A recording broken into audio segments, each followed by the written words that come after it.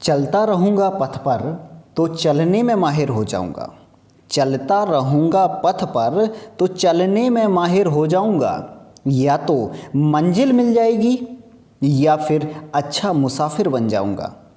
प्यारे दोस्तों, इन्हीं लाइनों के साथ आप सभी का हम अपने YouTube चैनल दिनेश राजवंशी पर एक बार फिर से स्वागत करते हैं। इन्हें लाइनों पर गौर किया करिए, बहुत प्यारी और मोटिवेशनल लाइन हैं। अगर आप चलते रहे पथ पर, रास्ते पर, ज्ञान के रास्ते पर आप चलते रहेंगे तो आप चलने में माहिर हो जाएंगे और या तो मंजिल मिल जाएगी या अच्छे मुसाफिर बन जाएंगे। इन लाइनों के साथ इम्पोर्टेंट वीडियो, इम्पोर्टेंट प्रश्न, सामान्य ज्ञान और पर्यावरण से संबंधित प्रश्न आज की वीडियो में लेकर के हम हाजिर हैं। उठाइए नोटबुक और कलम और नोट करिएगा इन इम्पोर्टेंट प्रश्नों को। वीडियो के अंत में इन प्यारे से कमेंट पर भी अब चर्चा करेंगे आपके, जो आपके द्वारा भेजे गए हैं। क्लियर है? लीजिए, आज आपके प्रश्न पहला ये रहा आपकी स्क्रीन पर। 280 प्रश्न तक बात हो चुकी थी। अब बात करते हैं 281। वातावरण में क्लोरोफ्लोरोकार्बन उत्सर्जन पर प्रतिबंध लगाने संबंधी प्रथम प्रोटोकॉल कहाँ बना था? सीधा साधा प्रश्न है कि पहला प्रोटोकॉल बता दीजिए जहां पर CFC क्लोरोफ्लोरोकार्बन पर प्रतिबंध लगाया गया था। मॉन्ट्रियल, जेनेवा, ओसाका या फ्लोरिडा? राइट ऑप्शन पहचान लिया होगा, पहला विकल्प। मॉन्ट्रियल प्रोटोकॉल में CFC यानी क्लोरोफ्लोरोकार्बन के उत्सर्जन पर प्रतिबंध लगाया गया था, जिससे ओजोन का ह्रास या डिप्लीडेशन ना हो। क्लोरोफ्लोरो ओजोन विनाश के लिए मुख्य उत्तरदायी गैस है, याद रखिएगा। इसे फ्रेयॉन के नाम से भी जानते हैं, फ्रेयॉन, CFC को। क्लियर रहेगा? अगला प्रश्न आपकी स्क्रीन पर ये रहा 282 प्रश्न। ओजोन जिन विनाशकारी विकिरणों को सोख कर जीवमंडल यानी बायोस्फीयर को सुरक्षा प्रदान करती है उन्हें क्या कहते हैं? इंफ्रारेड, गामा किरणें, अल्ट्रावायलेट किरणें, एक्सरेज? तो ये राइट ऑप्शन पहचान चुके होंगे। ओजोन गैस अल्ट्रावायलेट यानी परावैंगनी किरणों यानी UV रेज का अवशोषण करके जीवमंडल यानी बायोस्फीयर की सुरक्षा करती है। अगला प्रश्न आपकी स्क्रीन पर है 283। समाज वानिकी में प्रयुक्त सर्वमान्य वृक्ष प्रजाति क्या है? पीपल, गुलमोहर, यूकेलिप्टस, आम? यानी जो सोशल फॉरेस्ट्री है, सामाजिक वानिकी, उसमें प्रयोग सर्वमान्य वृक्ष यानी सबसे अधिक किस वृक्ष का प्रयोग किया गया है? तो आपका ऑप्शन नंबर C सही है, यूकेलिप्टस। याद रखिएगा, सोशल फॉरेस्ट्री में सर्वमान्य वृक्ष यूकेलिप्टस। और प्यारे विद्यार्थियों, आप याद रखिए, वर्तमान में यूकेलिप्टस जो है पर्यावरण का शत्रु के नाम से भी जाना जाता है, क्योंकि यह बहुत अधिक पानी को ज़मीन से खींचता है और थोड़ा सा उर्वरा शक्ति ज़मीन की कम कर देता है। इसलिए ये आपका समाज का या पर्यावरण का शत्रु के नाम से वृक्ष पहचाना जाने लगा है। यानी अब इस वृक्ष को सोशल फॉरेस्ट्री में भी कम स्थान दिया जाने लगा है। तो इस प्रश्न में सावधान रहिएगा, पर्यावरण शत्रु के नाम से आए तो यूकेलिप्टस, और सोशल फॉरेस्ट्री में प्रयुक्त सर्वमान्य वृक्ष था ये यूकेलिप्टस, लेकिन अब इस पर कम योगदान रखा गया है, यानी कम प्रयोग किया जा रहा है। अगला प्रश्न 284। न्यूनतम अल्पकालिक प्राकृतिक संकट कौन सा है? न्यूनतम अल्पकालिक यानी कम समय के लिए नेचुरल डिजास्टर कौन सा होता है? बर्फानी तूफान, ज्वालामुखी विस्फोट, भूकंप या बिजली का चमक? तो आपको पता होगा, बिजली जब तड़कती है या चमकती है या बिजली गिरती है तो क्या है, ये न्यूनतम समय में ही तो गिर जाती है, विदिन 1 सेकेंड में काम हो जाता है। तो बिजली सबसे कम समय में या अल्पकालिक में प्राकृतिक संकट के रूप में उभर करके आती है। अगला प्रश्न 285। रेड डाटा बुक किसका विवरण दर्ज होता है? जो रेड डाटा बुक है, लाल किताब है, उसमें आपका जो अलग अलग पेज हैं, जैसे हरा पेज है, ग्रीन पेज, उसमें आपका समृद्ध प्रजातियां, और जो गुलाबी है उसमें संकटग्रस्त प्रजातियां, और जो आपका रेड या लाल पेज है उसमें आपका जो ख़त्म है या विलुप्त प्रजातियों का वर्णन रहता है। तो ये IUCN, ध्यान से, IUCN द्वारा जारी की जाती है किताब। इसको ध्यान से देखिएगा, आंसर क्या है। रेड डाटा बुक में जो आपका ऑप्शन नंबर है वो B सही है। संकटग्रस्त पौधे और जीवों का संकलन रहता है इसमें, यानी फौना और फ्लोरा, फौना जीवों और फ्लोरा वनस्पति, इन दोनों का जो संकटग्रस्त विवरण है वो रेड डाटा बुक में होता है। अगला प्रश्न 286। वातावरण में सबसे अधिक क्रियाशील पारिस्थितिक तंत्र कौन सा है? सबसे अधिक एक्टिव इकोसिस्टम कौन सा है? रेगिस्तान, खुला समुद्र, खाड़ी, गल्फ या टुंड्रा? राइट ऑप्शन ध्यान से पहचानिएगा, C ऑप्शन सही होगा। सबसे अधिक एक्टिव क्रियाशील आपका खाड़ी यानी गल्फ होगा, जैसे मन्नार की खाड़ी, गल्फ ऑफ मन्नार, याद रखिएगा, यहाँ खाड़ी का अर्थ बे नहीं होगा, बे ऑफ बंगाल नहीं होगा, गल्फ, जो गल्फ है ना छोटे सकरे भाग, जहाँ पर जैसे श्रीलंका और तमिलनाडु वाला क्षेत्र देखिएगा, गल्फ ऑफ मन्नार, तो वैसे ही क्षेत्र सर्वाधिक क्रियाशील होते हैं। अगला प्रश्न 287 डॉट डॉट वनों में वृक्ष एक निश्चित मौसम में अपने पत्तियों को त्याग देते हैं, सदाबहार वन, गरान, पर्णपाती या कंटीले वन।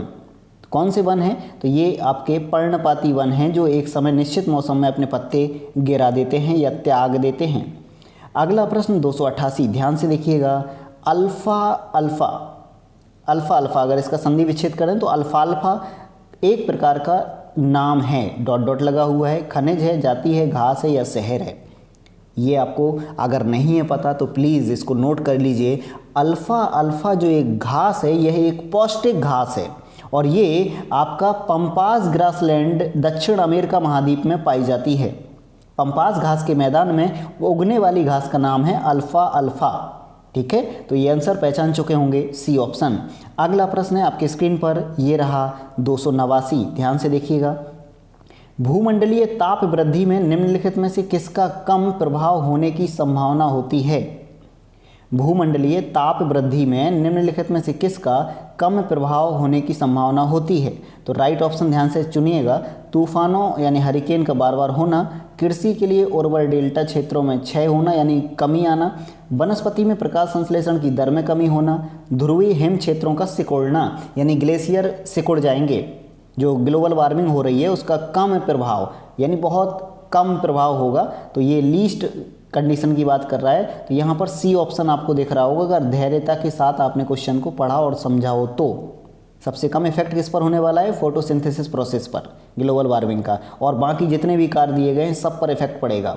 अगला प्रश्न 290, पारिस्थितिकी संतुलन इकोलॉजी बैलेंस बनाए रखने के लिए भारत में वन क्षेत्र पर कितने अनुपात में होने चाहिए फॉरेस्ट, यानी वन भारत में कितने प्रतिशत पर होने चाहिए जब पर्यावरण का पारिस्थितिकी बैलेंस में होगा? चारों ऑप्शन देख लिए होंगे, राइट ऑप्शन भी पहचान लिया होगा, सी विकल्प सही है। 33% या 33.3% आपका वृक्ष होने चाहिए कुल क्षेत्रफल का भारत में, तो पारिस्थितिकी संतुलन बना रहेगा। अगला प्रश्न 291, नंबर 191 जरूर है लेकिन वो 291 प्रश्न है, मिस्टेक है पुस्तक की। भारत सबसे अधिक किसका आयात करता है? भारत इंपोर्ट सर्वाधिक किसका करता है इन चार विकल्पों में? बॉक्साइट, मैग्नीज, अभ्रक या सल्फर यानी गंधक। और राइट ऑप्शन पहचान चुके होंगे, सल्फर यानी गंधक का इन चारों ऑप्शन में सबसे अधिक आयात किया जाता है। अगला प्रश्न 192, भारत में खाद्य की या जो खाद है ना फर्टिलाइज का सर्वाधिक खपत किस राज्य में होता है? यानी फर्टिलाइज सर्वाधिक यूज कौन सा राज्य करता है? केरल, तमिलनाडु, पंजाब या हरियाणा। राइट ऑप्शन पहचान चुके होंगे, पंजाब, जो कृषि प्रधान राज्य है पंजाब, वो सर्वाधिक खाद यानी फर्टिलाइज का प्रयोग करता है। अगला प्रश्न आपकी स्क्रीन पर 193, कोयना परियोजना किस राज्य से संबंधित है? कोयना परियोजना हिमाचल, यूपी, महाराष्ट्र या बिहार। इस प्रश्न का आंसर, इसे हम कमेंट बॉक्स वाला बनाए दे रहे हैं, इस प्रश्न का आंसर आप प्रदान कीजिए कमेंट बॉक्स में। आप सभी विद्यार्थियों से हम उम्मीद करेंगे कोयना परियोजना को आप डिटेल में एक्सप्लेन करेंगे, यह किस राज्य में है, किस नदी पर है, और इस राज्य के बारे में, जिस राज्य में निकले उसके बारे में डिटेल प्रदान कर दीजिए। क्लियर है? हमें आशा है आप एक्सप्लोर करेंगे और कमेंट बॉक्स में आंसर प्रदान करेंगे। अगला प्रश्न है 294 या 194 जो लिखा हुआ है वो 294 है। वरुणा परियोजना संबंधित है, ये ध्यान से इंपॉर्टेंट है। ये प्रोजेक्ट, वरुणा प्रोजेक्ट किससे संबंधित है? सुपरसोनिक एयरक्राफ्ट, प्रक्षेपास्त्र, क्लाउडिंग सीडिंग, इनमें से कोई नहीं। राइट ऑप्शन है सी विकल्प, क्लाउडिंग सीडिंग यानी कृत्रिम मेघवीजन से वरुणा परियोजना संबंधित है। इसे याद रखिएगा, यह क्लाउडिंग सीडिंग मतलब बादलों का मेघवीजन किया जाता है, यानी बारिश कृत्रिम रूप से कराई जाती है। ये अमेरिका की कंपनी से मिलकर के कर्नाटक राज्य ने ये परियोजना चलाई है, वरुणा परियोजना, कृत्रिम रूप से बारिश कराने की। याद रखेंगे अब इसे। अगला प्रश्न 195, निम्नलिखित में से लेटेराइट मिट्टी कहाँ पाई जाती है? तमिलनाडु, कर्नाटक, उड़ीसा या उपयुक्त सभी पहचान चुके होंगे। ये दक्षिण भारत के सभी राज्यों में, इन राज्यों में लेटेराइट मिट्टी पाई जाती है, तो डी ऑप्शन सही होगा। 195 का डी ऑप्शन उपयुक्त तीनों राज्यों में। अगला प्रश्न 196, छत्तीसगढ़ की राजधानी पता है आपको, रायपुर है। अटल नगर इसका दूसरा नाम हो गया है। 197 भारत में त्रिपुरा राज्य की राजधानी मालूम है आपको क्या है? अगरतला। ये रहा आपका सी विकल्प 197 का। अगला प्रश्न है 198 काकरापारा परियोजना किस नदी घाटी से संबंधित है? यानी किस नदी में ये काकरापारा प्रोजेक्ट चल रहा है? ताप्ती, नर्मदा, तुंगभद्रा या कृष्णा? राइट ऑप्शन पहचान लिया होगा। काकरापारा ताप्ती नदी पर बना हुआ है, इसको ध्यान रखिएगा। ताप्ती नदी गुजरात, काकरापारा परियोजना गुजरात राज्य में ताप्ती नदी पर है, याद रखिएगा। अगला प्रश्न है 199 सबसे बड़ा नदी मुहाना, जो रिवर माउथ की बात हो रही है, यानी सबसे बड़ा नदी का मुहाना या माउथ मुंह किस नदी का है? ओब नदी, गंगा नदी, अमेजन नदी या नील नदी? राइट ऑप्शन पहचान चुके होंगे, क्योंकि सबसे बड़ा डेल्टा आपको पता है ब्रह्मपुत्र और गंगा, तो आंसर क्या होने वाला है? गंगा नदी। सबसे बड़ा माउथ या मुहाना गंगा नदी का। अगला प्रश्न आपकी स्क्रीन पर 300 भारत के किस क्षेत्र में चूड़ी उद्योग स्थापित है? और हम यूपी के प्रश्न कर चुके हैं, तो पहचान चुके होंगे ऑप्शन नंबर बी सही है। फिरोजाबाद कांच उद्योग यानी चूड़ी उद्योग के लिए प्रसिद्ध है। और ये रहा आज की वीडियो का अंतिम प्रश्न। और अब बात करते हैं आपके प्यारे से जो कमेंट आए हुए हैं, और प्रश्न था कोंकण तट पर जो मानसून के पहले बारिश होने वाली है उसका नाम क्या है?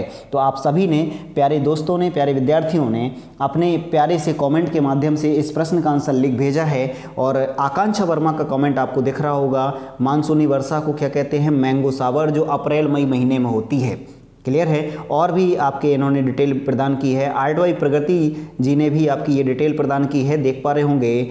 गुजरात काठियावाड़ तट के नाम से जाना जाता है, केरल का मालाबार तट, तमिलनाडु का कोरोमंडल, आंध्र प्रदेश का काकीनाडा। ये डिटेल जो एक्सटर्नल है उसको पढ़ लिया करिए, ये इंपॉर्टेंट डिटेल है। रीमा राजपूत जी ने भी आंसर दिया है, बिल्कुल सही है आंसर इनका। ये देखिएगा, पश्चिम घाट पर्वतमाला नाम से भी जाना जाता है कोंकण तट को। यह लंबाई में 750 किलोमीटर है। क्लियर है? शिवानी गुप्ता जी का आप कमेंट देख पा रहे होंगे, बहुत प्यारा एक्सप्लेनेशन दिया है कमेंट प्रश्न का।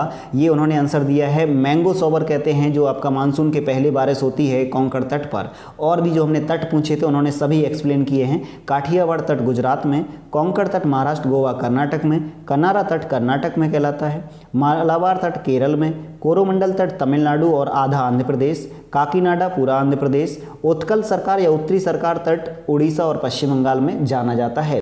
और देख पा रहे होंगे प्रतीक्षा धुरवार जी ने भी कमेंट में अपना कुछ डिटेल प्रदान किया हुआ है। आप सभी का बहुत बहुत शुक्रिया। आप मिलते हैं नेक्स्ट वीडियो में इंपॉर्टेंट प्रश्नों के साथ। अपना ख्याल रखिएगा और कमेंट बॉक्स वाले प्रश्न का आंसर जरूर दीजिएगा। क्लियर है? मिलते हैं नेक्स्ट वीडियो में, अपना ख्याल रखिएगा। Thanks for watching video. जय हिंद।